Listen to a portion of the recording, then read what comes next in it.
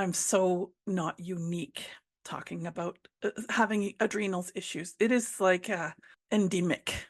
Everybody's got them. Nature makes no mistakes. God does not play dice. Instead, all of creation springs forth according to a few simple, elegant rules. All of creation, including your body. Know these rules and your body comes under your control. Welcome to Mind Over Symptom, where the pattern is revealed.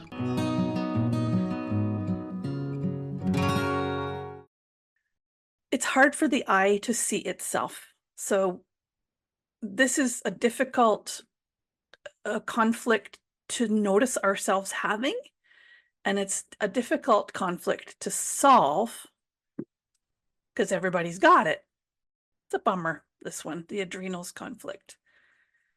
And as I start talking about it, we're going to realize, we've all got it. It's kind of hopeless because everybody's got it because it's the world we're living in.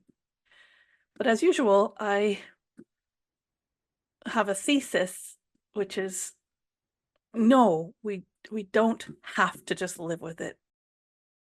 That's the great lie. And I'm going to say also that I am megalomaniacal about this.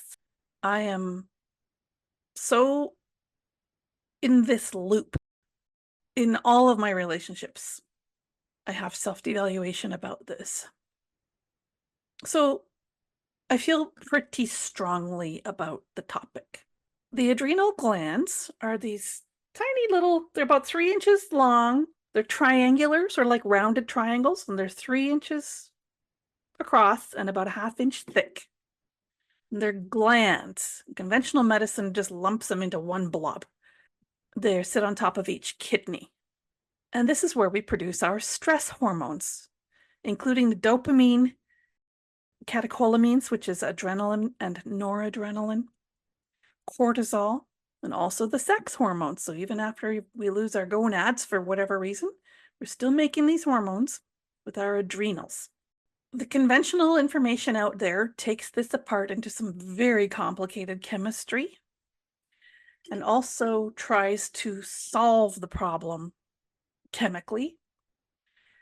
And the problem from conventional medical point of view is adrenal insufficiency. It's caused by stress. And our adrenal glands aren't making as much cortisol as they're supposed to. Okay, so what's the solution? Here's some cortisol. Here's some drugs with this medicine in it, with this hormone in it. And that's it. Simple problem, your adrenals suck. Simple solution, here you go. Why do your adrenals suck? Because of stress. So it's vague and kind of hopeless. It's like thyroid problems in that way. It's so misunderstood and also so ubiquitous and also actually extremely complicated, but reduced to a simple mechanical problem that nothing really can be done about. Here's your replacement. So it's a dependency that's created with illnesses related to the adrenals. The term itself is devaluing, and it's a strong clue as to how conventional medicine works. But as students of the GNM, or the Germanic healing knowledge, you and I know that when we produce more or less of something that our bodies need in normal processes, it isn't because of insufficiency of an organ. We know that. Now we may believe, okay, well, but I'm special and I've had lots and lots of stress, way more than normal. So my organs are actually insufficient now because I've wrecked them because I'm such a loser. Okay. That is where my mind goes. That's where everybody's mind goes. Again, it's part of our cultural training to think this way. But we know from GNM it's not true. We know that when an organ is producing less or more of something, it's because we're doing a special biological program of nature. And the purpose of this is either to avoid some kind of DHS, that's in the conflict active stage, or it's to restore or rebuild tissues after. we resolve that biological conflict. And we know this. But when it comes to this particular program, the adrenals ones, there's two of them, I have to relearn and relearn and relearn. I don't trust it. I feel broken. I feel insufficient. And that's why I say that I have megalomania about this. I have a constellation of many self-devaluations turning back upon themselves. It's a terrible tight loop. The diagnoses from conventional medicine that relate to adrenals, and there are so many symptoms that don't belong to the adrenals here. Again, it's like thyroid. So I'm going to leave those off, sort of. I think when they diagnose an adrenal problem, they have probably already diagnosed a million other things and the medicines didn't work or something like that. Or there's a very specific symptom because it's extreme. So maybe they see a cyst on the adrenal, or maybe there's the actual the extra hirsutism, or there's that tired feeling. It has to be pretty extreme for them to find even zoning on it. But the first one is called Addison's disease, the so-called adrenal insufficiency, which is when there is less production of hormones, especially cortisol and aldosterone. I don't even know what most of these things do. Don't really care because they're hormones. They work together, and hormones are part of our brain's way of telling the body, hey, this is the situation out there, and this is what you need to do. Inside our body, every cell knows what to do because its environment says so. And that's what hormones do. They're the messenger. They're the electrochemical signals. So that comes from the brain. The brain tells the body, all right, do this, do that. And it does it using hormones. Why does the brain tell the body to do that? That's what we really care about. And that's where conventional medicine, and unfortunately a lot of GNM, sort of cuts off the head of this. So we never get to the real source of the problem. The symptoms of Addison's disease are fatigue in capital letters. There's also weight loss, decreased appetite, skin darkening, salt cravings, and abdominal pain. I think the skin darkening could be something you could use to help diagnose. So you get the big dark circles, the stress circles. But weight loss and decreased appetite are signs of an active conflict.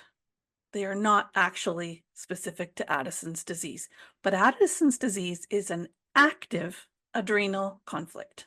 And we haven't even divided the two parts of the adrenal up yet, because they're two very different organs and they have opposite responses, because one's from the old brain, one's from the new brain.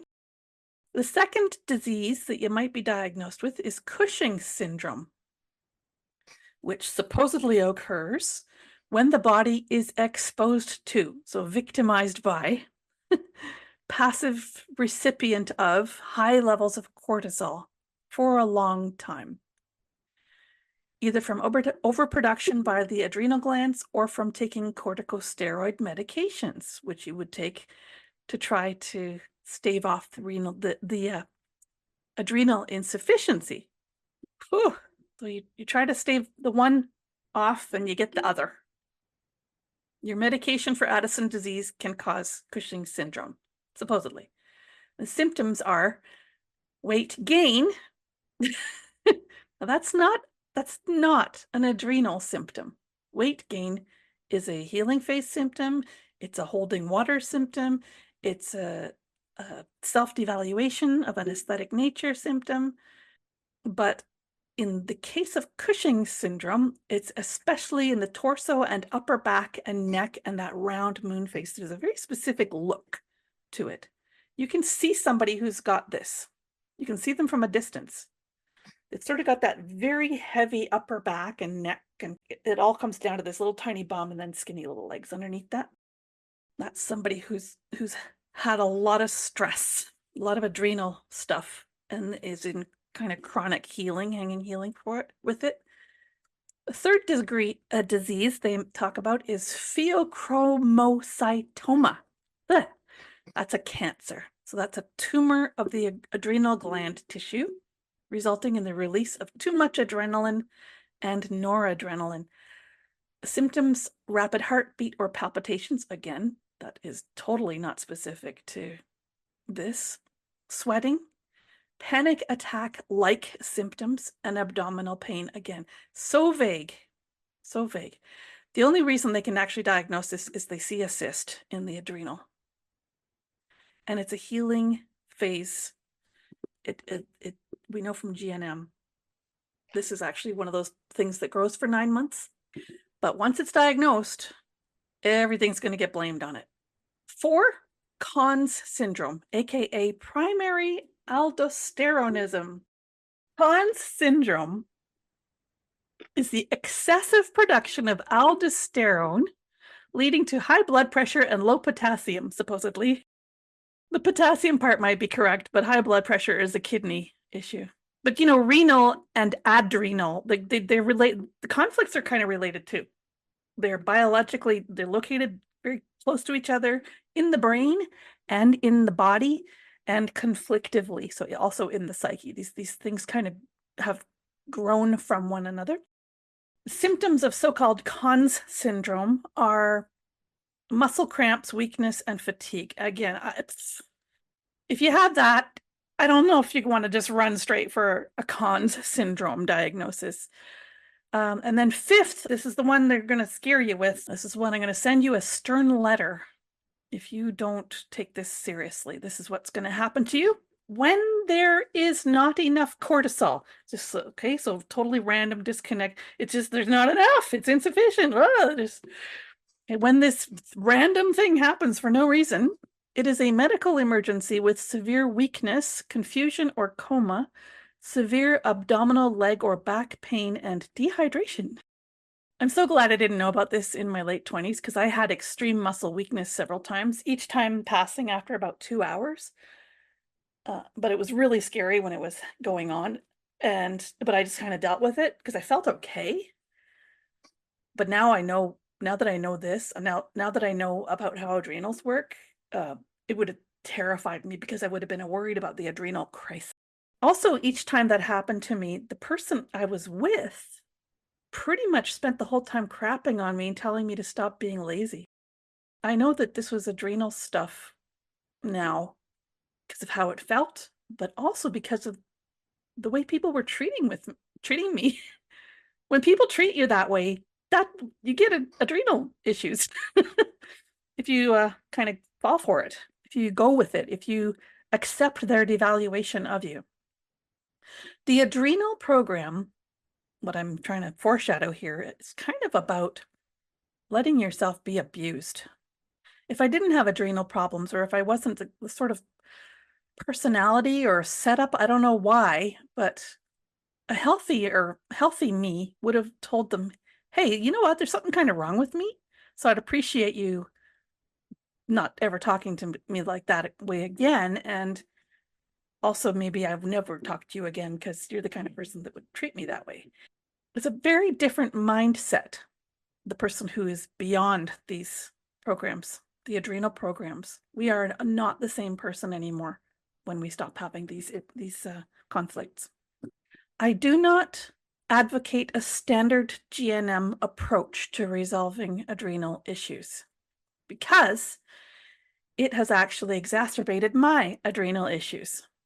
And from what I've seen in discussion groups, I'm definitely not alone in this experience. But if we take this standard or typical GNM approach to solving the adrenal programs, then what we do is we look up what kind of DHS causes adrenal programs or adrenal diseases, right? We look up what causes Addison's, what causes Cushing's, what causes adrenal insufficiency. So in conventional medicine, there's just adrenal glands, these 2 blobs, one on top of each kidney, and they either work right or they don't. But in GNM, we know there's the medulla, or the inside of the adrenal gland, which is actual glandular tissue and therefore has to do with producing hormones, especially for digestion and energy. And it's controlled from the brain stem, and it gets bigger and produces more stress hormones, especially adrenaline, during the active conflict. There is also the adrenal cortex. And this is the mother of all self-devaluation special biological programs. This is like the central. This is at the heart of any self-devaluation. There is this adrenal cortex. It's confusing because we think of the cerebral cortex. No, it just means the skin or bark around the adrenal gland. It's relayed from the cerebral medulla and therefore has to do with self-devaluation. With an active adrenal cortex conflict, we produce less adrenaline, and we are very fatigued during the active conflict, even though we want to do stuff. This is the heart of every self-devaluation.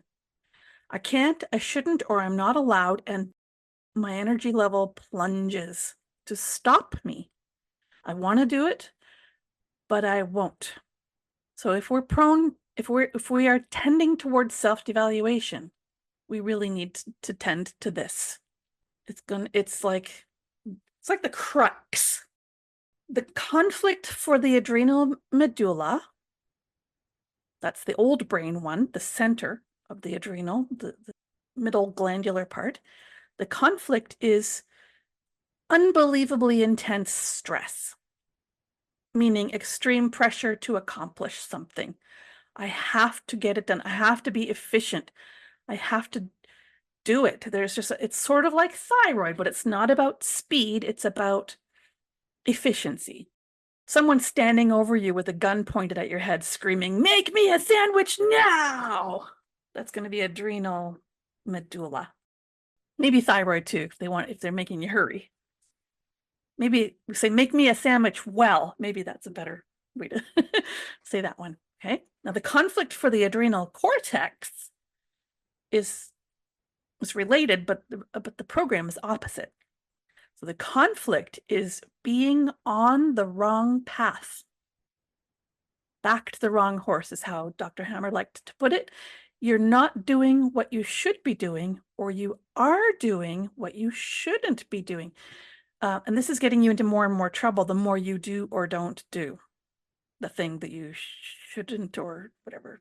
Okay. So you produce less adrenaline in order to stop you from going in this wrong direction. And this is, I think, like ground zero for any self-devaluation. I literally now can't do it, even though I want to. I've biologically stopped myself from doing this. So that's the first thing we do in the standard GNM approach. We figure out what the conflict is that makes that particular tissue or organ do that particular thing.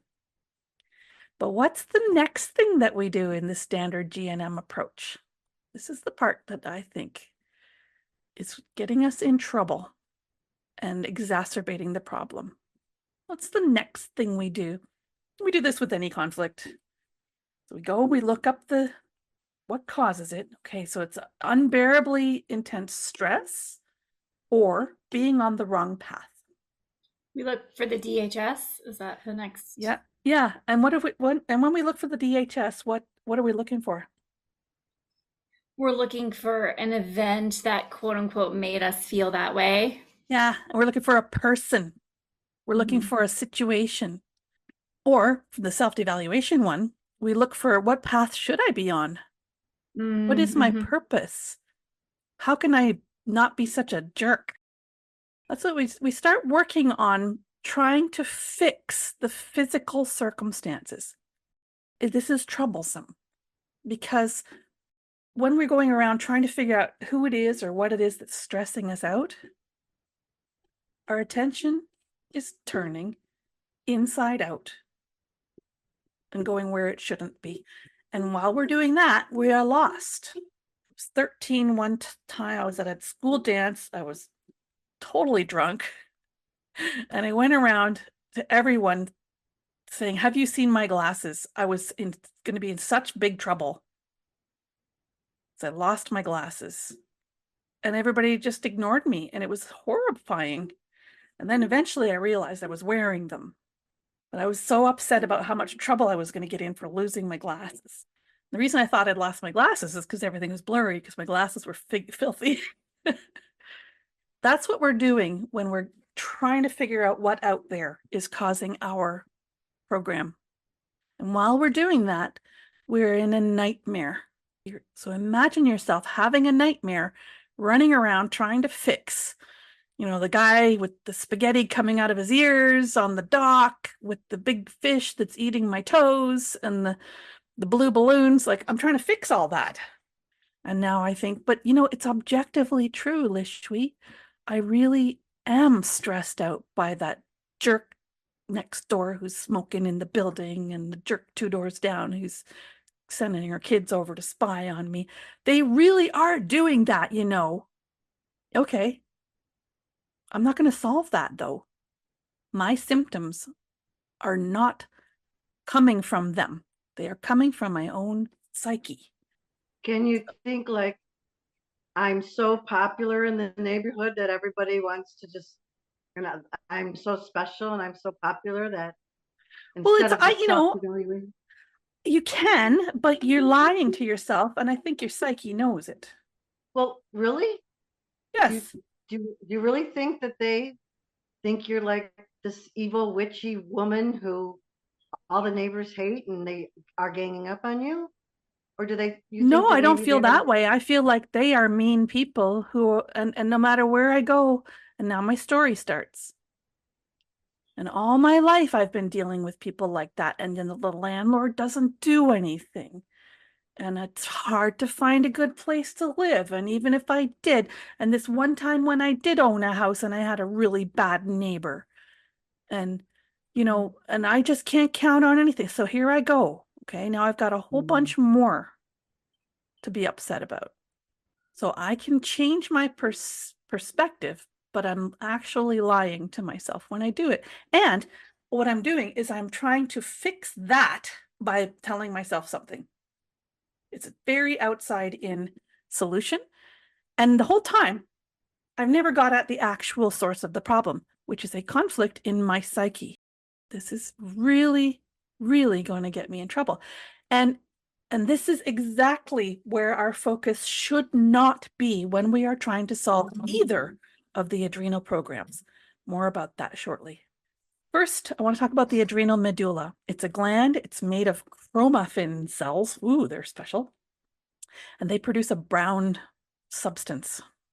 I don't know why. I was looking in all the different books and I have no idea why. But this is one of the things that helps you diagnose the adrenal gland program, adrenal medulla program. Adrenal medulla programs cause an increase in the size of the adrenal gland controlled by the brain stem, producing more adrenaline during the active conflict. What might be the benefit of overproduction of adrenaline? Any thoughts? You can do more. Yes. To make you more efficient, according to the GNM books. I think that's a story. I don't think efficient is the right word, but that's what you're trying to be. Yeah, so it's similar to the thyroid hormone in this way, but thyroid's about being faster. Yeah. It reminds me of like putting more and more gas into the car because the car won't go, but it's actually something like in the engine, putting gas. Or pushing the gas pedal tighter to the floor because you're stuck in the mud. The conflict affecting the adrenal medulla is unbearable stress. Okay, I can feel my mind immediately going to all those terrible people who gave me such unbelievable poor me right away. My attention so much wants to go there. That unbearable stress. But unbearable stress is not a thing. It's a feeling I'm having. It's not an objective thing. I had a friend years and years ago. Oh, my new job. Oh, there's so much stress there. No, the stress, there's just so much of it. And she just go around bitching to everybody about the stress is too much and just basically kind of crapping on everybody so that they would all change so that the stress would be less. It was really weird. They loved her. I think she was the token female manager or something, because they kept trying to accommodate this. It was really strange. And I kept thinking, why don't you stop being a workaholic then? Why don't you stop stressing yourself out? But it was the stress. It was like this thing that swirled around, and like the building had stress in it or something. This is different from overwhelm, but that's the myocardium program. That program is I will do more. That's the horse from Animal Farm. I will do more. I will work harder. I just have to make this happen. That's the myocardial. Unbearable stress is, I just don't think it's a good way to say what the conflict is, but that's what the adrenal medulla program officially is from GNM. It's a sense I have to do. I just have all this obligation. This is from the old brain. It's a requirement. It's an energy issue. I have so much I must do in order to exist. It's obligations, responsibility. At the moment of the DHS, the adrenal medulla cells begin to proliferate, producing more stress hormones in order to improve performance. It's the get her done. Just get through it. Just make it happen. I have to. Willpower. The symptoms are supposedly rapid heartbeats, elevated blood pressure, excessive sweating, aka cold sweats, and anxiety feelings. Of course, these things happen with pretty much any active conflict. So, yeah, not very helpful. But we can notice when we're feeling unbearable stress. For example, I'm unbearably stressed out by having my diagnosis or my disease or my conflicts that I can never solve. As the unbearable stress continues, the adrenals produce a little tumor, a compact tumor. If anyone happened to look, they might diagnose it as adrenal cancer, which is what pheochromocytoma is. I think the word chromo is in there because of this brown staining that these cells produce. It looks like the organ is bleeding on a CAT scan because of this chromaffin, this brown stuff. Again, I don't know the reason for it. So if you have this one and you have the right microbes, which is tuberculosis or mycobacteria, then as with any other glandular program, in the healing phase, the excess tissue is removed with the help of those microbes, plus a little bit more.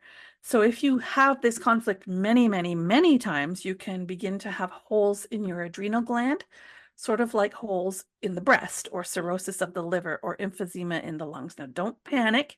Just like we have lots of worry and argument conflicts, and it doesn't make our breasts completely disappear, it's very unlikely that our adrenals will completely disappear.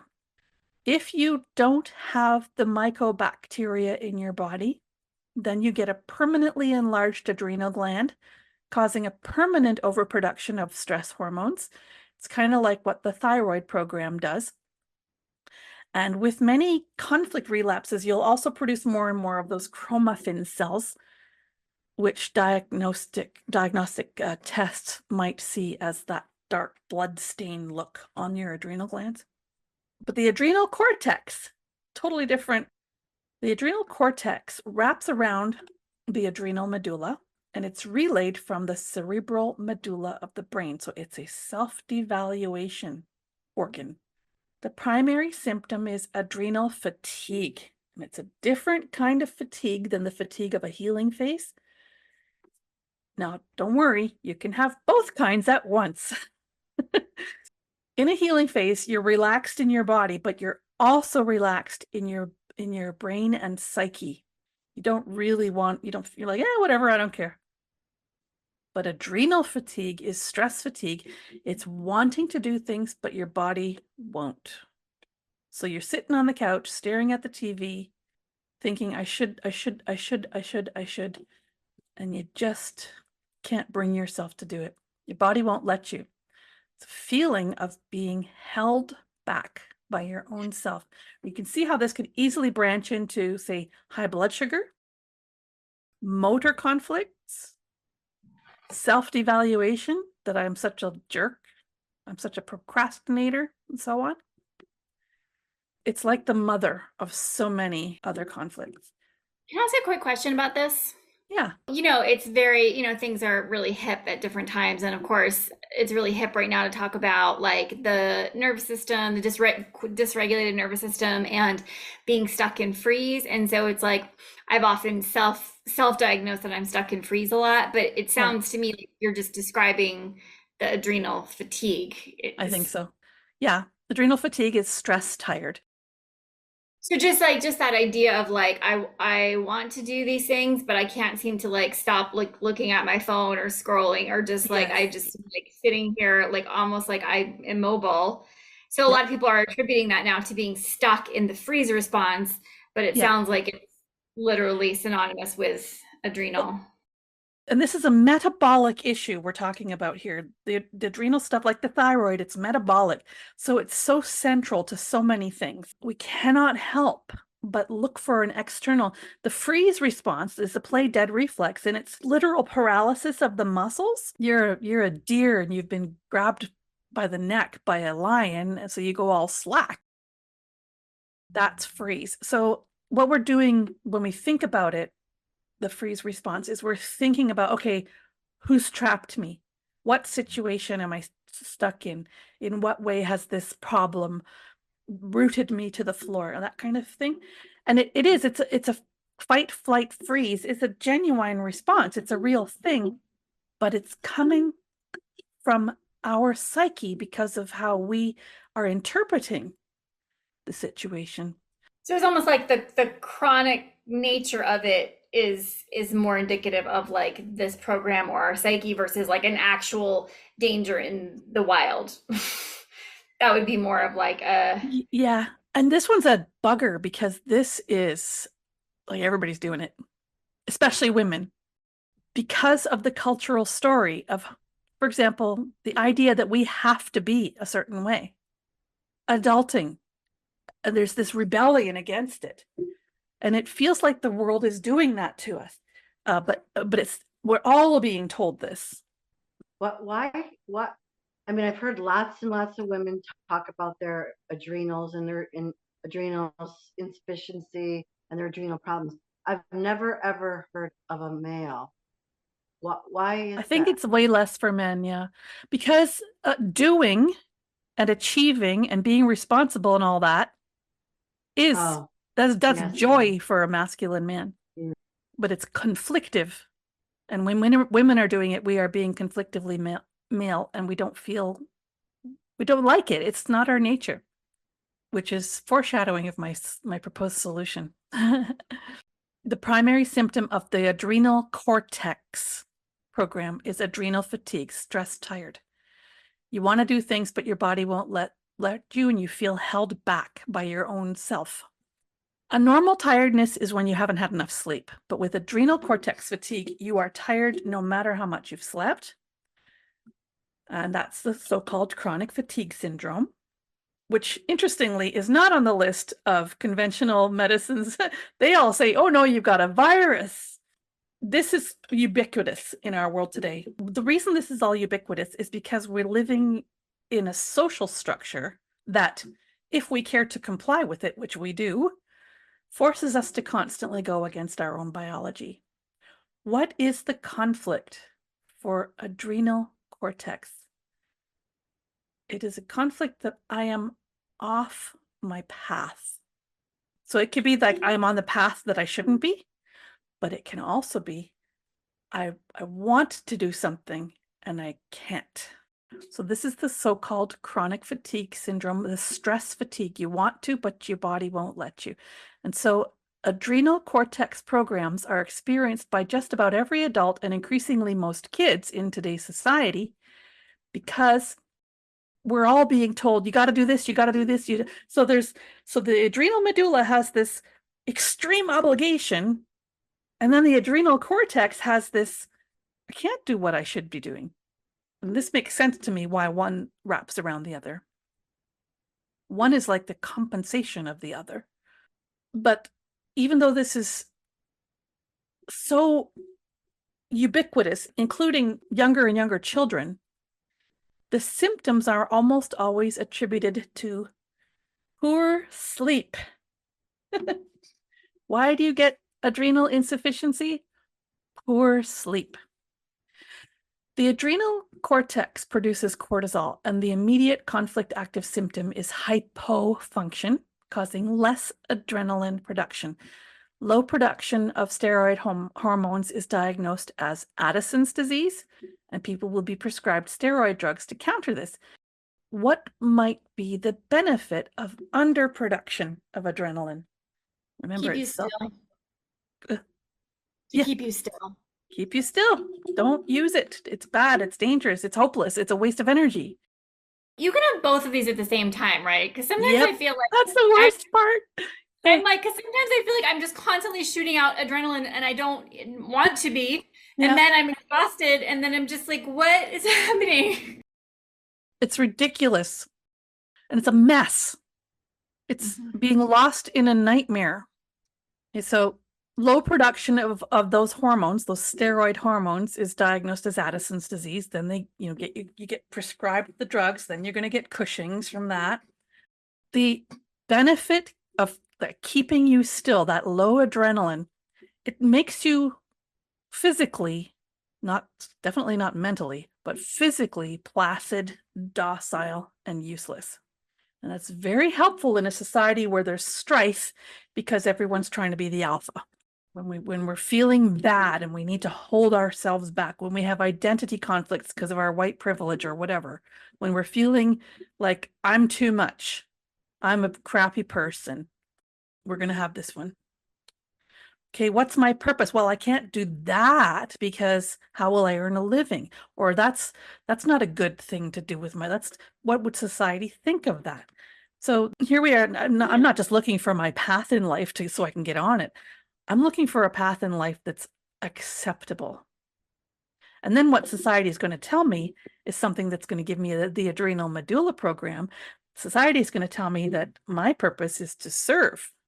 And now I got to go for 4 years of education on how to do that. And it's the opposite of Germanic. And not only are we all trying to be alpha, we're trying to be alpha male. I want to be the boss babe. I want to be the CEO who earns as much. And meanwhile, I still got to wear stilettos and all this dumb stuff. Okay. If the intensity of the adrenal cortex conflict is high, you can get bronzing, but it's not a nice kind like you get from the jar at the drugstore. It's a browning of the palms of your hands and the soles of your feet and the inside of your mouth. That's the adrenal bronzing. The biological conflict is that you have chosen the wrong action, made the wrong decision, backed the wrong horse. It's extremely closely related to the self-devaluation conflict affecting the lumbar area of your back, aka lumbago in the healing phase, which is a conflict of being on the wrong path. It's about direction. And as you go further and further down your legs, so think of your lower back downward as sort of the back end of the horse. That's about going somewhere. And the adrenals are stop you. I'm not going the right. I'm just generally not going where I should. And then as you go down the legs, there's more specifics. Everything's branching out and sprouting and blossoming from this core idea of serving, being good enough, earning my existence kind of a feeling. This is what manifests this adrenal program. The adrenal program is the chronic fatigue syndrome, but the fibromyalgia that usually goes with it is usually the lower back and the hips and the legs, all the way down to the feet. And conventional medicine doesn't even understand that it's adrenals involved for most of this. The purpose of this muddiness, this messiness in the psyche and in the body, is to force you to stop doing the wrong thing. Nope, not gonna. It just turns your body to a blob. At the other end of the scale, same conflict, but lower intensity, or lowest intensity is that adrenal cortex conflict, is that there's something you should do that you don't feel like doing. And that's the one that I experience approximately 900,000 times per hour. Might be a bit of an exaggeration. I have dozens of these per month for sure. Just reports, bills due, gotta walk the dog, gotta make breakfast. Like, it's just, all of it feels like something I should do. But the fact that I should do it is enough that I'm on the track. That's the feeling, though, in every self-devaluation conflict. My body stops me from doing what I can't, shouldn't, or I'm not allowed to do by making me tired. Not just physically tired, but also mentally tired. Like, it just become this incompetent, incapable person in any self-devaluation conflict. I will literally have anemia if I need to. This backed the wrong horse adrenal conflict, adrenal cortex conflict also works in the other direction. It's not just I went on the wrong path, but it can also be I not allowed to go on the path that I want to take. And now we have a really serious possible self-devaluation loop. I have this one. I am not allowed to go on the path I want to take because I have stress fatigue. I'm thwarted from doing the projects I want to do because I'm too tired. Same conflict. It's not that I'm on the wrong path. It's that I can't go on the right path. Either way, same still adrenal cortex. I'm thwarted from doing the right thing. I finally understood my own adrenal fatigue and all the pain beginning in my right lower back all the way down to my right leg and foot. It was not about being able to go on the way I wanted to go. For years, I tried to figure out what the right path was, trying to find my purpose. What's my proper career? I don't care. I don't have a career. This is somebody else's story, this career stuff and my life purpose stuff. This is handed down. Like, I'm searching for something that I don't care about, trying to figure out who I am, what path should I be on, woo woo. Turns out, and I discovered this one day after I quit the wrong career, 95% of my back pain was resolved with doing that. So that was worth it. But it turns out all the feelings came back full force whenever I was trying to get somewhere and I couldn't get there on time. And I'm forced to stand in line. When things take time, I want to make 20 recipes and I can only actually do 2.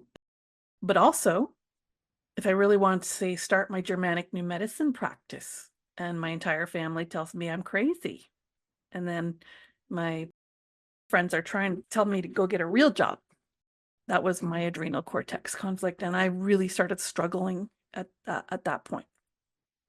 So for me, it came full fore when I was already set up for it. I was already having this problem for years, but then it came full fore when I decided I'm going to go for it with the GNM.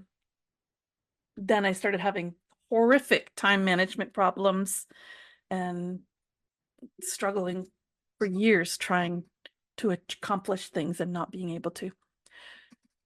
So it's a bugger, and there's all these loops and there's all these things that branch out of it. It's a mess. But then when we're freed from the obligation, when we're suddenly just in the flow, I don't care what the right path is, it's this path. I'm just doing it. I'm being me. Loving life.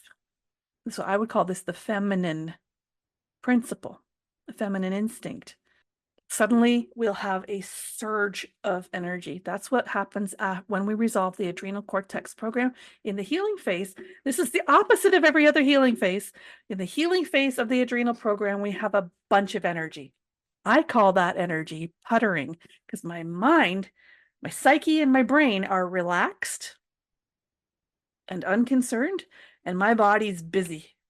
Yay, school's out, Friday's here. Yay, I convinced someone else to rescue me from my problem, and now suddenly I have so much energy. Woohoo! How weird to have a surge of energy in a healing phase, though. I actually feel a little uncomfortable, almost like mania. When someone's had a very large conflict mass or load with the adrenal cortex program, the adrenal cortex is then significantly larger and more productive at the end of the healing phase. And there'll be a cyst and it'll grow for 9 months, just like the kidney parenchyma program and the ovarian or testicle program. And that person will then always be restless because they're making more adrenaline than normal. So if they don't have something good to keep them busy, raising my hand here, we're going to see ourselves getting into trouble, creating drama. We're going for the extreme. We want the feeling. I mean, we go for the extreme because we can get addicted to the adrenaline feeling. But what's somebody doing when they do something, when they just, the masculine, it's easy to see. They just got to run and climb mountains and bungee jump and do all the stuff. But a woman, she does womanly things to excess, and she'll often create a lot of excitement, and that needs to be channeled healthily. So again, it's about ourself, not about others. This is what we really have to learn, and I think is what the adrenal programs teach us, and this is what the evolution is when we have these programs. It's the evolution we're trying to do.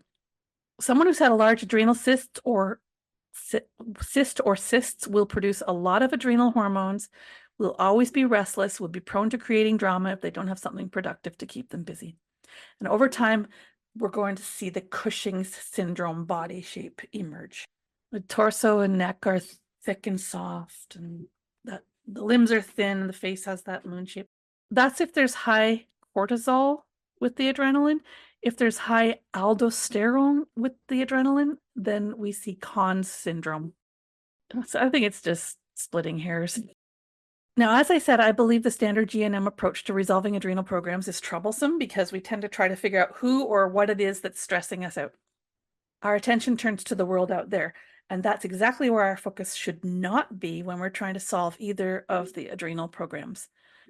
Adrenal programs, like thyroid, are fantastically complicated to solve when we're looking for the DHS.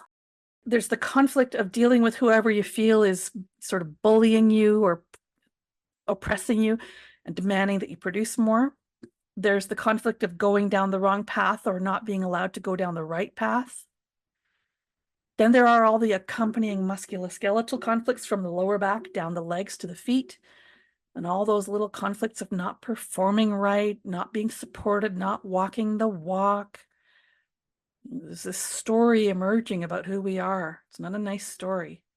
Then we have a whole bunch of temporal lobe things going on, along with the relationship problems we're talking about here, when we find ourselves in a situation of not doing the right thing, or having to be masculine women, or being emasculated as men.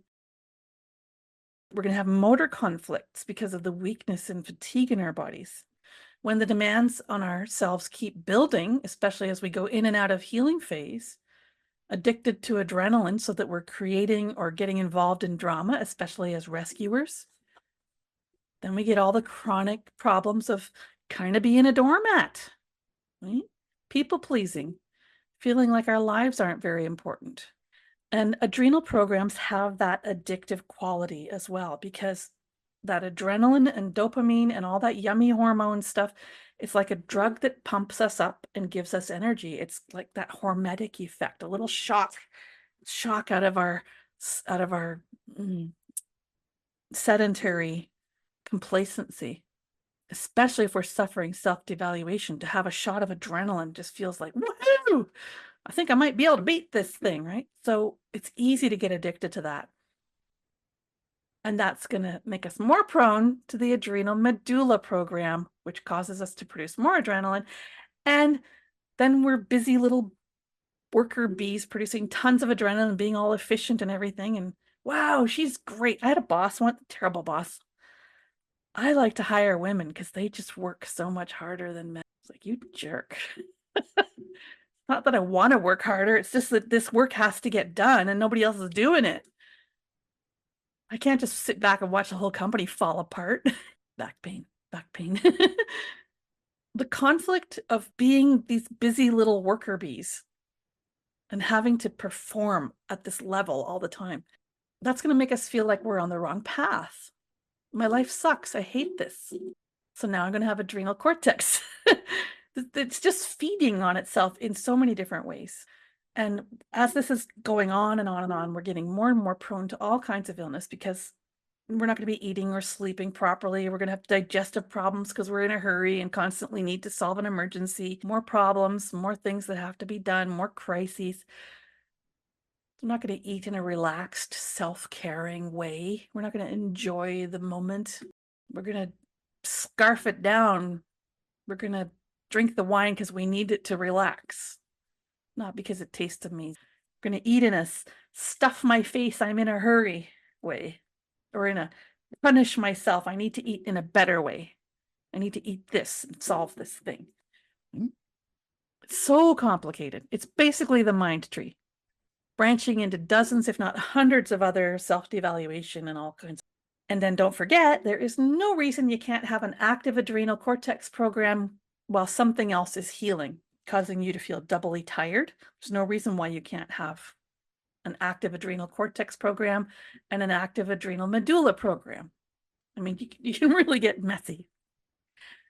How do we wake up out of such a complicated mess, especially when it's the norm and when so many experts don't have the faintest clue how this works? Their solution is give you some cortisol drugs. How do we wake up from this nightmare? I mean, I've tried lots of ways that don't work, and I bet you have too. Oh yeah, I've tried a lot of ways that don't work, like a million ways. But I feel like it just keeps coming back to this idea of like, well, surrender, right? At the very base of it, of just complete and utter surrender. But then like that feels like not enough and easily leads back into the self-devaluation of like, I'm lazy. So then it feels like Yeah. there it has to be paired with like this complete rediscovering and reemergence of the true identity, like how Steiner calls the I, like there's the Yeah. four bodies in the I. And like it's almost like I feel like so many of us, definitely myself included, we live with like the I kind of like hovering a little bit instead of like bringing it in fully to the body, that full embodiment process.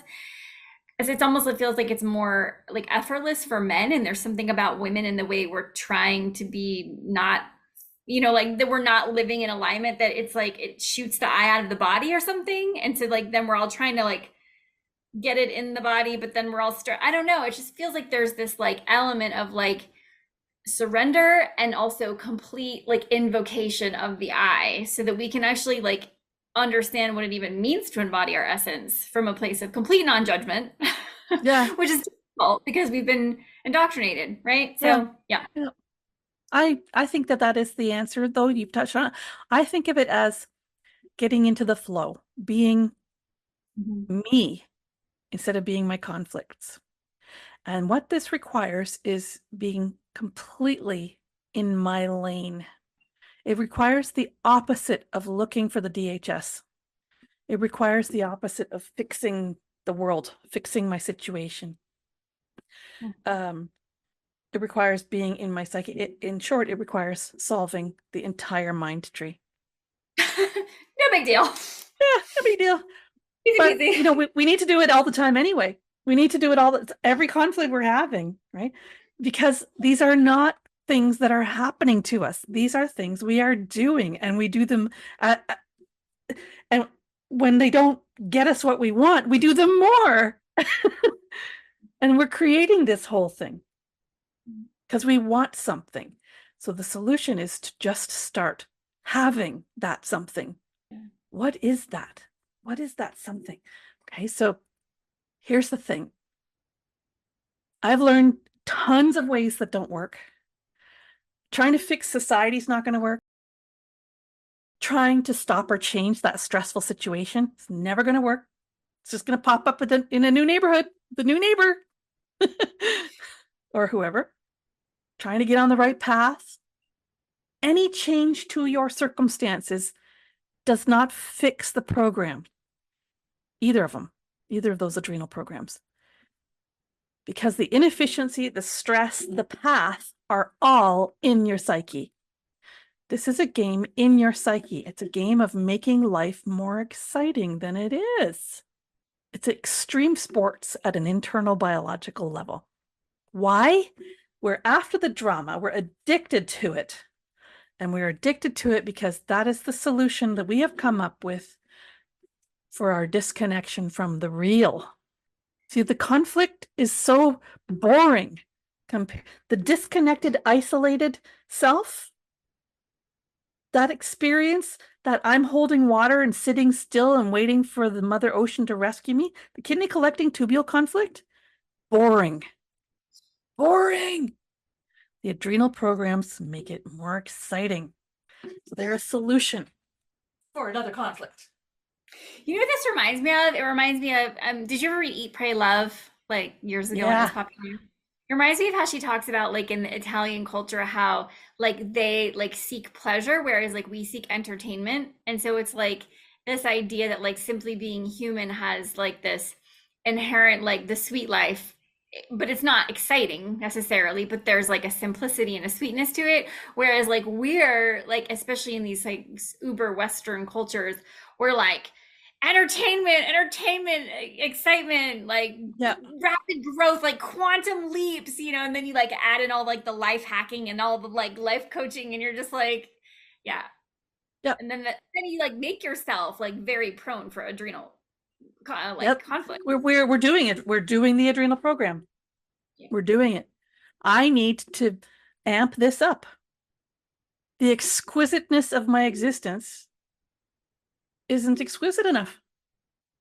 You know why? Because I'm not actually experiencing it. I'm disconnected. That's what every conflict is. It's an isolation. Every conflict. So that's what this game is, and then we're getting addicted to this cheap. So you know, I don't have someone who loves me, so I watch porn. That's what it is. But of course, no, I don't actually watch porn because it's all the same and pretty boring and weird. But wow, now that I know, I just read that somewhere. but this is what the adrenal addiction is. This is why we make the whole mind tree because of this. We make all of our conflicts, and we keep them, and we build on them, and we branch them, and we make them more and more sophisticated because that's easier in the moment than facing the deep pain. Nobody loves me. I'm all alone. Find out where the love is. There you'll find the solution. I believe that what we're doing with most of our conflicts, the pain of the conflict is the existential isolation. And all of our conflicts are trying to solve that. So our programs are trying to solve that. And the way the adrenal programs try to solve that is to make things more exciting, make me more important, make me more necessary, it's all just subtle variations after that. As we keep running completely in the wrong direction for the solution, we just proliferate conflicts, and it is very, very messy, and it becomes addictive.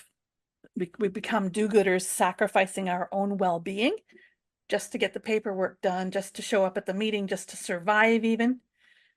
And the whole time having conflict after conflict after conflict about all our mundane obligations that we really don't actually care that much about. I might love somebody very, very much, but my sense of obligation toward them, I don't really love that. That's a conflict. That's a different thing. And a poor pornographic representation, substitute for the real thing. It's so interesting because I feel like I've been doing my own version of this for the last few days because I'm like, I need to be more consistent. I need to be more like with like self-care. So like I've been like really like on top of my self-care for the last like 2 or 3 days. But then I'm like, God, this just feels like this never-ending to-do list of all these things. Like I need to do some blocking. Now I need to do some yoga. Now I need to go on a walk in the woods. Now I need to do, and I'm just like, and none of it feels like, even though it's all this like really nice. You did the solution, and now you did the epicrisis. That's a feeling. I do this all the time. I'm so excited. I feel so good. There's all these things I want to do. I'm going to let myself do them. Here, I'm going to make this plan up. Yeah, totally. And the next day I look at the schedule and I'm like, oh man.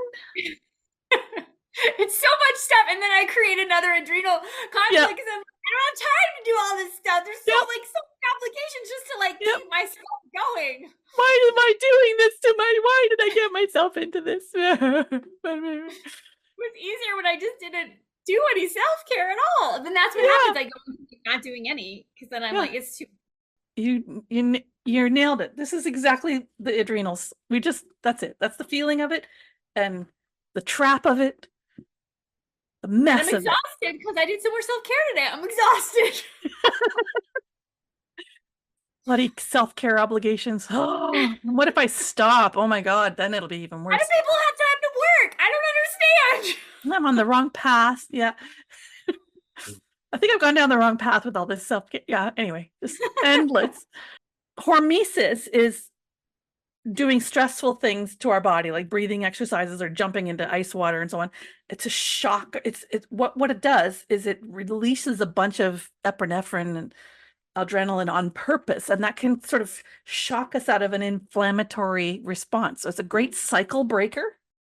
It's every bit as effective as a drug that temporarily alleviates a healing phase, but it is really like a drug and can be you take heroin once and you're pretty much addicted. And I think this is why we develop the adrenal response symptoms. I think that's why we do this, is to shock ourselves out of inflammatory or chronic states. But we need to shock ourselves all the way out. And we're not doing that. We're just having a little bit of heroin, a little bit of heroin. Oh, a little bit of heroin to tide me over till my heroin. Oh, I need some heroin to take care of the bad feelings from my heroin that I just had. You know, I'm equating the adrenaline program, the adrenal programs, both of them, to giving ourselves heroin. Now, the beauty of having this very, very complex problem is that I have discovered a wonderfully simple solution. I haven't been able to implement it very well, but I keep working at it. Implementing the solution has been bringing up all of my conflicts, enabling me to do something with them. And there are fewer and fewer of them, and I am clearer and clearer. But the conflicts that do come up now tend to be older, bigger, more profound things. Like I'm dealing with a wound from around age 3 now. That's what I'm working on. It's been there all my life. Very used to it. Not sure what I'd be without it, but dealing with it, like I don't want to have this wound anymore. The wound is having to take care of my mom, having to do stuff so that she won't get upset. So there's obligations. It's not easy. It's taking a long time, but I'm okay with that because of the many, many ways that this complicated set of conflicts around the adrenal stuff has helped me to evolve and is continuing to help me to evolve, and faster all the time. It's starting to be almost enjoyable. And it's weird how I'm still upset about such mundane things, but at the same time, I'm also not upset about them. I'm watching them and marveling at how I'm still bothered by it when I'm actually not. So I've had a sinus infection sort of for almost a week, but I haven't really. I've had this headache that comes and goes. I've had a tiredness. It's kind of a stress tired thing. I'm in my own world. And at the same time, I'm seeing the actual world with a sense of clarity and reality that it's just increasing, and but it's new. It's like I'm getting the 50,000 foot view of everything and also getting a microscopic view of it and everything in between. That's the feeling I have. I feel less conflicted all around. So I'm happy. I'm okay that this is taking me a long time because it's giving me something to do.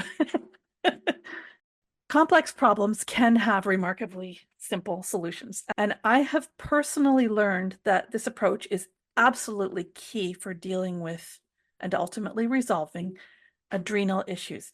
Our task to achieve that simple solution, to elevate one level up in our perspective.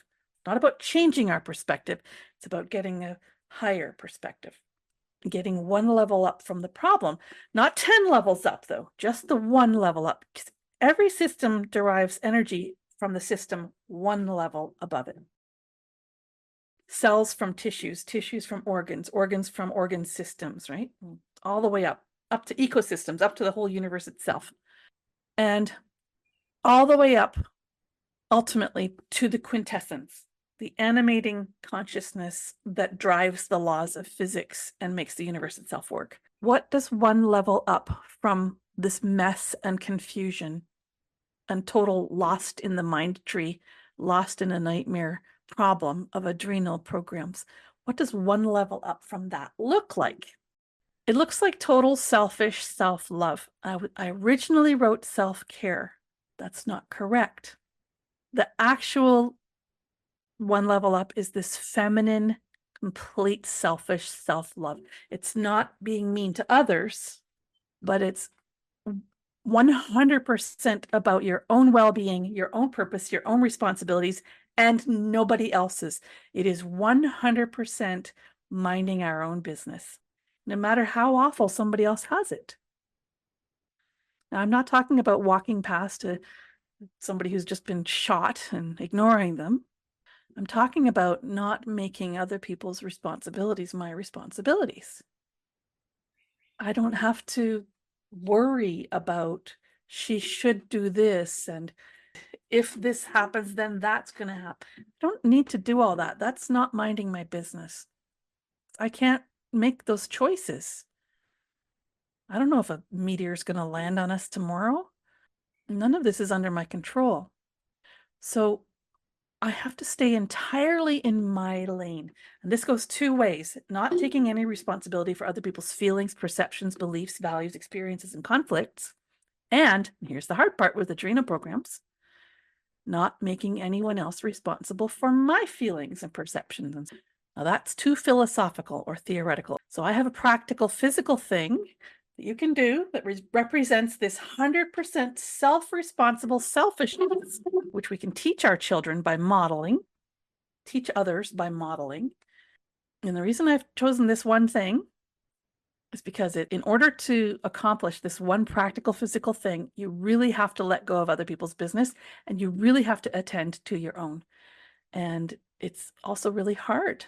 If you can accomplish this one thing, you will have addressed or at least discovered the exact source of any adrenal issue, whether adrenal medulla or adrenal cortex. And you'll have addressed all the other branching stories and strategies that arise out of that. If you can accomplish this one thing. Now, this is a big task, right? We're talking about the whole mind tree, really. So this is a simple solution, but be forewarned that it is not an easy one. I've been working on it for quite some time, and I'm not there yet. But all the stuff that comes up as I keep working on this, it's gold. The stuff that I've been solving is pretty cool. What I'm talking about here is integrating your entire mind tree with this one therapy. What is it, Lishmi? It's using your GHK knowledge to its full capacity. It's going to bring it all up. It's going to bring it all up. It's one thing that I advocate for you to do to solve your entire mind tree and keep it solved and be happy and healthy and live a wonderful long life for as long as you'd like is, I want you to get 9 hours of sleep every night for the rest of your life. Go to bed at around the same time and get up at around the same time. You can have more sleep if you're sick or you had to do a lot of physical work one day, but you can't steal sleep from yourself unless it's an actual life or death situation. And the reason I recommend this as a solution is if you make these 9 hours of quality sleep each night your priority, it's going to immediately show you every single moment of your day that you are tracking back to your adrenal conflicts. I promise you they're all going to come up. Whether you're feeling overwhelmed by tasks or doubting your life's direction, it's all going to come up. But those conflicts, especially the self-devaluation ones, they're always within your own psyche, and there's stories you've been telling yourself, probably for years and years and years. And it's creating a reality that you're accustomed to that then reinforces the story. If you do this one thing, just the fact of trying brings up all your stuff. and it gives a periodicity to your days instead of this running stream of consciousness of conflict. Brings everything up to the surface. You get to face it. But when you're in it's bedtime and I'm watching another movie or I'm having another argument with someone and I've just got all this work to do, now I'm seeing my conflicts in action.